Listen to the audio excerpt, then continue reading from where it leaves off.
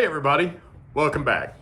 So this week on Tattoo Collectables, we've got a little bit of mail and we've got a really great presentation by Mary Jane Haake. And for those of you who don't know who she is, you should. She is Bert Grimm's final apprentice. Good friends with Lyle Tuttle, and we'll get into more of that here in a minute. But first, this. What's in the mail? All right, everybody. It was kind of a slow week this week on mail. I know we normally have several items show up. This week we just have two envelopes to open. This first one is from Epic Relics, and this week when I ordered this, I ordered them kind of right on top of each other, and the postage ended up being like 11 or 12 bucks. And then when it showed up, it all shows up in one envelope. And I figured it didn't take 12 bucks to get this envelope here. So I contacted them and they were like, look, we'd be more than happy to waive the fee for next time. So, and that's what they did. I ordered something literally the very next day and they sent it out for nothing. So this one came together. They combined shipping on this one. Honestly, I like it when they do that. It makes it a little easier to get things here and to know that they're gonna get here good. So, Epic Relics, they're awesome. So, this week from Epic Relics, I got this little guy here. And this is so awesome. This is another slide. Epic Relics seems to have gotten a hold of a bunch of Robin Ryan slides. Now, Robin Ryan was the official photographer for Lyle Tuttle. So this is actually a photo of Lyle, his entire bodysuit. It's the famous shoot where he was sitting on the white square pillar. Now, I'll show you a better picture of that. But I've got this one. I've got another one where a guy is wearing his shirt and making Supreme machines at Huck Spalding's place back in the 70s. And then I've got another one coming of Lyle holding one of his circle machines and tattooing a girl's lower extremities. Chances are here in 2020, what I'm gonna do is I'm gonna make a postcard set of a few of the Lyle Tuttle pictures that I've got. So keep an eye out for those. They'll be on our Instagram for sale, so check that out. The other thing I got was this invitation to, it's more of a postcard, I guess, but there is not really any place for postage on it. It's called Is Tattoo Art. It was a presentation that they gave for Lyle Tuttle's birthday in 1976. This one is in mint condition, and it's from, let's see, it says October 7th through November 10th, 1976. So it was some sort of tattoo art collection art show. He used to do a ton of these art shows, which I can really dig. We should really, as an industry, bring that back, because I would go to any art show anywhere near here for this kind of stuff. So, but yeah, this is the invitation from Lyle Tuttle's from the 70s. That will definitely go in a frame somewhere. Now, the other thing I got in the mail this week, and I've got to apologize to Mr. Domo, because I got his story wrong. His dad and his uncle didn't tattoo. They were just in the war. I say just. They were in the war. And that first article was about them. The second, the reason that I got it so mixed up is this handwritten letter, not so easy to read. And I gave it a cursory glance before we started making the episode. Usually I give it a lot more in-depth kind of research. Now, this new letter that he wrote me kind of let me in on what I had gotten wrong the week before. Was a computerized letter. So we'll be reading that letter in its entirety next week. I just wanted to let Mr. Domo know that I do apologize for getting his origin story wrong, and we will correct that in the very near future. So stay tuned for that one. That one's going to be a good episode. So, this is our last segment from the Tattoo Historical Society. We got one more thing on film, but I didn't really get a great seat for it, and we didn't really get the greatest footage. The museum that put on the first one Has some excellent historical videos that you can watch. We've got them all in playlists. It's under Tattoo History. Daredevil is what they're called, the Daredevil Museum. They're right there in New York City.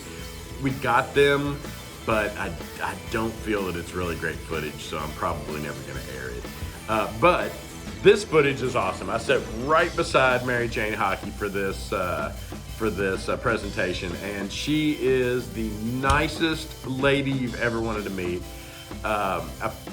We saw her at the Lyle Tuttle 70th. She gave a speech there. That's one of the pictures I put up on Instagram this week is from that. And every time I've seen her speak, she gives some sort of insight that I didn't know. And this one especially, she gave a bunch of insight that I had never heard. So check this out. I think you're gonna love this. And for all you guys apprenticing people out there, they should definitely be watching these speeches. And here you go.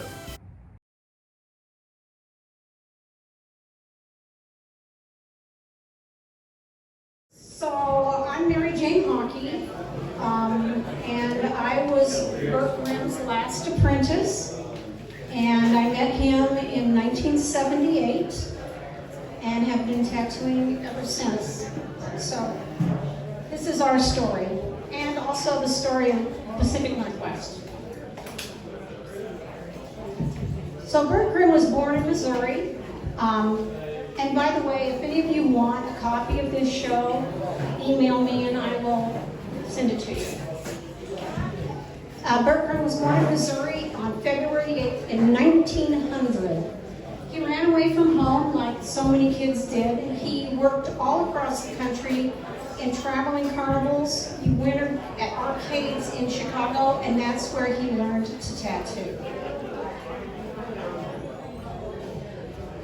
He worked at the Wild West show in the summer with Buffalo Bill until Buffalo Bill's death in 1917. So from the time he was 14, he was pretty much carousing around and traveling around and supporting himself. This is a picture that came from Carmen Neeson, and she's writing a book about Bert Grimm. This is Bert pre-tattoo. He's 20 years old. And he had just started traveling, and I'll show you what he looked like in 5 short years. In 1923, he moved to Portland, Oregon, and that's where I met him all the way 50 years later. Portland was a major port. There was Seattle, Portland, San Francisco, major marine port, lots of naval vessels, lots of tattoo studios. So it was a perfect fit for him. Okay, you guys in the back, keep it down. So this is Bert at 23. Remember his cute little picture at 20? So he already had been a merchant marine, a carnival attraction. He was a bare knuckle fighter when he met George Fosdick. George Fosdick was a tattooer in Portland, Oregon, and it was a perfect fit.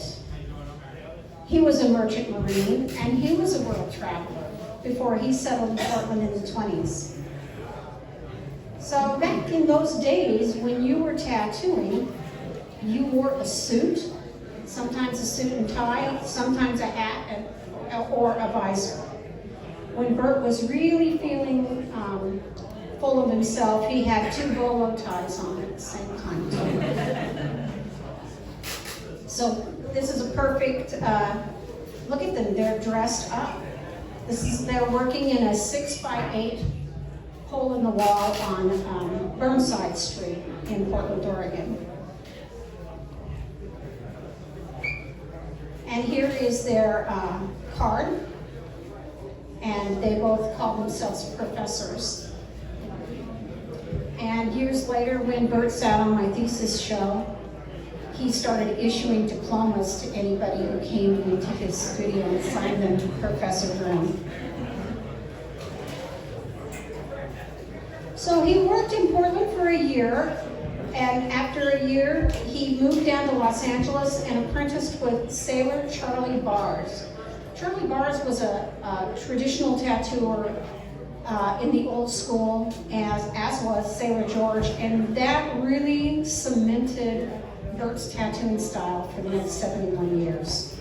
If you look at the flash that I have at my table, you'll see that tattoo designs haven't changed in 100 years. They're all still the same. And as another interesting aside, the original tattoo designs were taken off of wallpaper. In 1928, Burt moved by the docks in St. Louis because of the maritime people. He stayed 26 years. He got married. He made it through the Depression, stock market crashes, World War II, and the Korean War. The entire time built a highly successful business. One of the interesting things that he figured out was he put a photo studio inside his tattoo studio, so he was able to capture a picture of every tattoo he did. And that's why he has such a large record of large tattoo work, because he had put those two together. Sampling. So this is a George Fosdick design. Remember, George is who he worked with in Portland. Angel ascending into heaven, archangels, guardian angels, still very popular themes now. This is Bert Grimm's sampling of the guardian angel. You see some of the same traits with the gown, but he had a very simple, open style. 1941, he met Bob Shaw, and by the time Bob Shaw, on the left, was 16, he already had full sleeves and was tattooing with Bert Grimm. He was also a little runaway, and he has some very interesting things on his body. He has patriotism, religion, and one of the most popular tattoos for decades was Pola Negra. That's the woman's head in the middle of his chest. She was Valentino's girlfriend. And this was a picture taken from one of the stills in the movies, and it was duplicated over and over and over, and really was a base for future female heads to come. But look at that work. I mean, we're talking 70 years. None of the lines are blurred. Everything is still very clear. That was the old school tattooing, so it lasts. Here's a sketch of that Bert drew off of that movie still. And I find it fascinating the way, he tried to duplicate the gown and, tried to turn it into a tattoo that was taken, you can see very clearly from that picture. This is the shop that Bert Grimm and Bob Shaw worked in. It was, and they had some little arcade games in the front. But you can see, we're talking 6x6, 6x8. These were not fancy affairs. Rock of Ages. So you will see Rock of Ages all the time. It's done as a back piece every week in the world right now. Very religious themes and patriotic themes, very big. This happens to be a 70-year-old picture of Rock of Ages, but it's still hanging in there. Homeward Bound. This is another theme that you see repeated over and over. When Bert was in St. Louis, he completed over 250 bodysuits. We're talking chest piece, back piece, full sleeves. And there's a photographic record of it too. In the end, when Bert was in his last week or so, people wanted to get a Bert Grimm tattoo, but he was 85 years old. So what he did is he put those little eagles, see those seagulls and eagles? He would just say, I'm gonna wiggle my finger, and he put it on, and that, so they could have a Bert Grimm tattoo.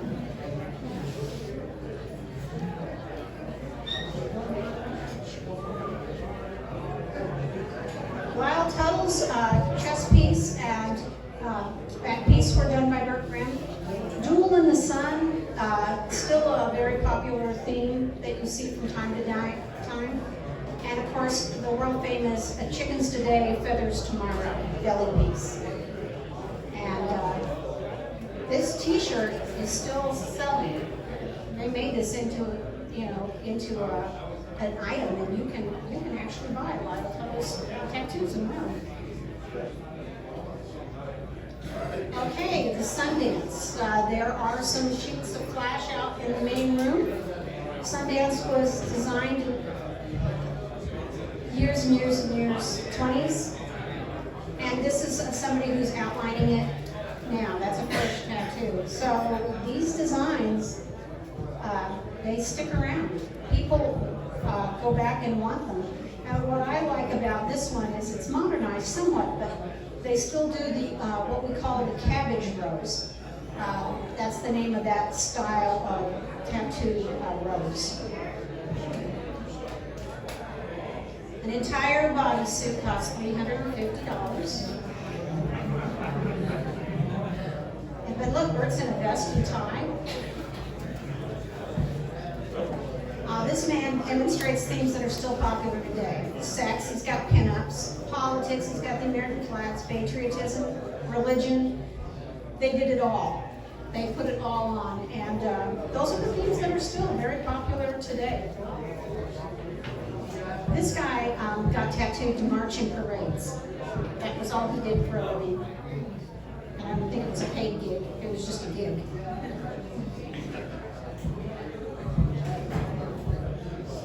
He tattooed more people all over than any tattooer. They don't think that anybody has put as many bodysuits on as Bert Grimm did. He worked 7 days a week, never took any time off, and really enjoyed his work. This is Sailor Larry. Again, you've got Jesus, you've got clipper ships, eagles, strippers, naked girls. But look, Bert is, he's a businessman. At this time, tattooers were the cream of the crop. They wore suits, they had money, and they dressed the part.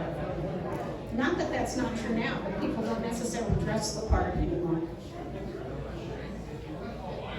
Jack Lust was a pacifist, and he was, when he was drafted, he had put this tattoo on his back as a personal protest. Father, forgive them for they know not what they do. You don't see people making too many statements like this anymore, but that's because we're not at World War. But I think if push came to shove, you would see people making permanent statements again. So immediately following World War II and the Korean War, through the advent of the Vietnam War in the 1970s, tattooing virtually disappeared in the United States. Only a handful of people kept doing it.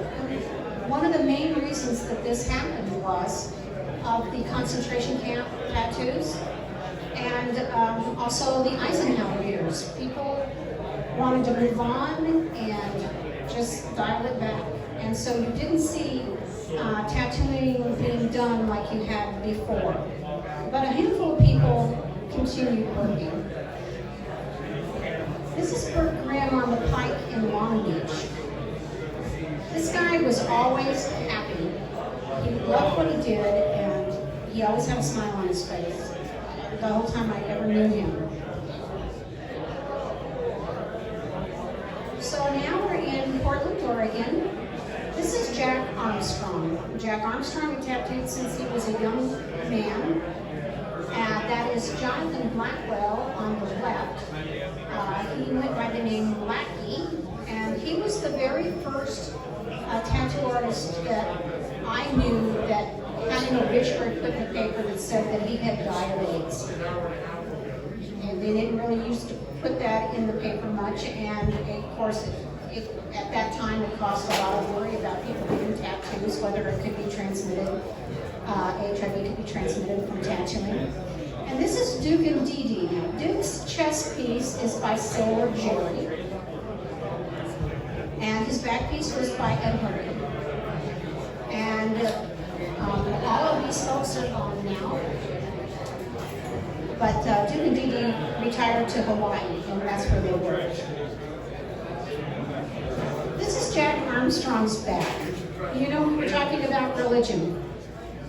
He put his own face on there on the right, but then he put all the prophets and Jesus Christ up there with him. He wanted to be in good company. In Seattle, at the same time in the 70s, was Greg Irons on the left, Danny Dansel, which was the Seattle equivalent to Bert Grimm, an old-time guy. Danny had a voice box, so when he wanted to talk to you, he had to put his finger over the hole in his throat so he could make noise. And Pete Stevens. I don't know what happened to Pete Stevens. If anybody has that information, I'd love to know. But this was up in Seattle in the 70s. And Greg died in Thailand years ago. He was hit by a bus when he was touring over there.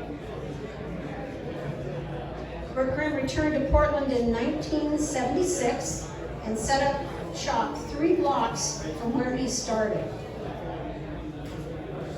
I think this is pretty funny. This is I'm running this through an Apple computer, and all of the type is kind of funky on this, the cats and stuff. Pretty funny. But point being, Bert is now back in Portland, and he's 76 years old. And he lived in the back of his shop, and it was in a section called Old Town, which has now been gentrified and is called the Pearl. And there he is, and this is what he looked like when I met him. This is his tattoo studio in Portland. And if you look at some of the design sheets behind him, you can see them in a tattoo studio to this day. You can get an eagle chest piece for $65.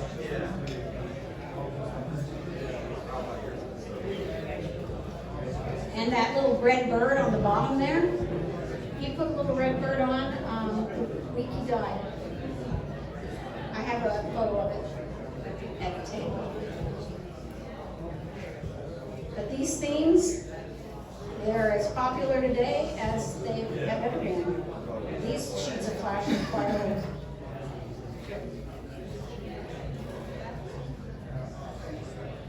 So cabbage rose again. But look at that huge rose. That would have covered your upper arm for $40. Women and the winds of change. There really weren't any women tattooers to speak of before the 70s unless you were the wife or girlfriend of the tattoo artist and it worked that way. But those things started to change. My big influences were Elizabeth Weinzierl. She was the state medical examiner's wife, and he would go to the AMA meetings in St. Louis and she'd get tattooed all day while he was at the meetings. Bev Robinson from Australia, and Madame Lozondo, Levine Lozondo in Seattle. This is Elizabeth Weinzierl in 1958. Now remember, she had to be able to wear a cocktail dress and go to medical meetings. And so all of her stuff was confined to this area. She was the first person that I ever met that was a complete exhibitionist. When I graduated from art school, I had a little show in the art museum, and my parents came, and they were pretty embarrassed that their daughter was a tattoo artist. But then they saw this cute little granny hanging around, and they thought, well, this can't be too bad. Look at this little cute granny thinks it's okay. And so Elizabeth took my mother into the bathroom of the art museum and stripped off for her within about 30 seconds, without being invited to, right? So the world changed on its axis that day for my parents, and I started looking pretty conservative to them. Bev Robinson designed her sleeves. The swallows were by Bert Grimm. Those little red birds. I took this picture of her at 93. She's the person that is responsible for connecting tattooers in the world. She's the reason National Tattoo Association ever came about. She corresponded with people everywhere. This is before computers. This is just writing letters and sending photos. So she's solely responsible for how tattooing has evolved since then, the idea of communication. Bev Robinson, also known as Cindy Ray, she had her own supply company, her own flash sheets. She offered body piercing 40 years ago and did permanent makeup. I mean, she was ahead of the curve by a mile. She's a really sweet lady, and that's her today. And Lionel Tuttle brought her over to the 70th anniversary show, and she's a great gal. Melbourne, Australia. Levine joined Danny Danzel at the Seattle Tattoo Emporium. That's Danny on the left. Her bird is by Ed Hardy. Her legal name is Beverly Gould, aka Madame Lasandra, and Spiderweb brought her into prominence with her book Pushing Eagles. And Spider's maybe still here. He's been here today. So I read about Levine in '76 and said, this is what I want to do, and called her and said, hey, let's work together. And she said, I did it. All right, so Levine was working down in from Seattle and coming into Portland, Oregon at the time. So here we are, it's the 70s. You've got Dewey Brooks on the bottom. Cliff Raven worked in Portland, Oregon too. Gregory Irons. You've got Blackie, who's Jonathan Blackwell. Duke and Dee Dee, they ran the shop. Bones, Rio de Janeiro, Madame Lasandra, and Danny Danzel. Everybody was in Portland.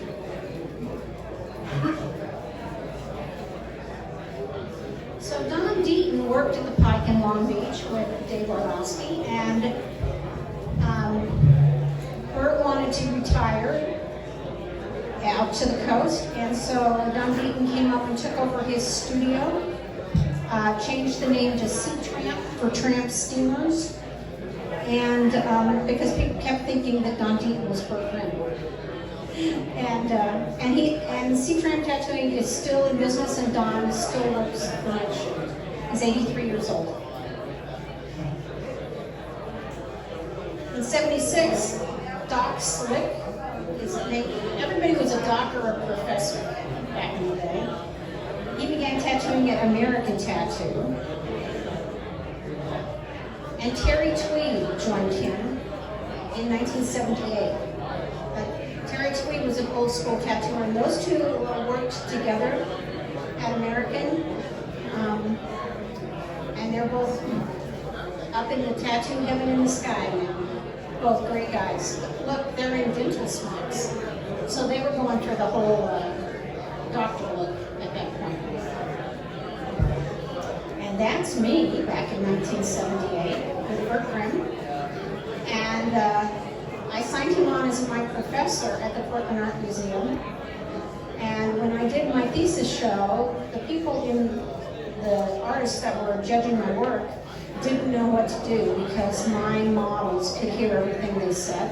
It was not like judging a painting or a negative space. They were standing there and they could hear everything, every criticism that the sculptor and artist and people reviewing the shows had. But Bert Grimm was also a professor at that, and he was asked to judge my show, and they said, well, Mr. Grimm, Professor Grimm, what do you think of this? And he said, give her an A. She gets the ink in good. Give her an A. And they did. But then look at the stuff behind there, too. You see this in the walls? Yeah, everywhere now in tattoo studios. So after he became a professor, Bert started issuing degrees to everyone, from Grimm Tattoo, Doctor of Tattooing degree. He did one to Elizabeth, and anybody else who ever wanted a degree, he fixed them right up. This is my last photo of Bert in 1985. As I mentioned, he tattooed right up to the day before he died, and at his funeral, one of the attendees had a bandage on her shoulder. He tattooed her the day before he died, and there it is, the little red bird. I came back and took that shot after it had healed. Yeah.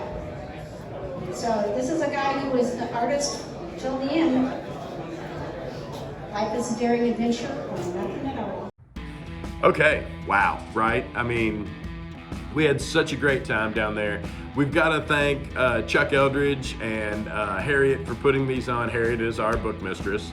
If you're not familiar with Chuck and Harriet, go to the Tattoo Archive, tattooarchive.com, and definitely get familiar with them.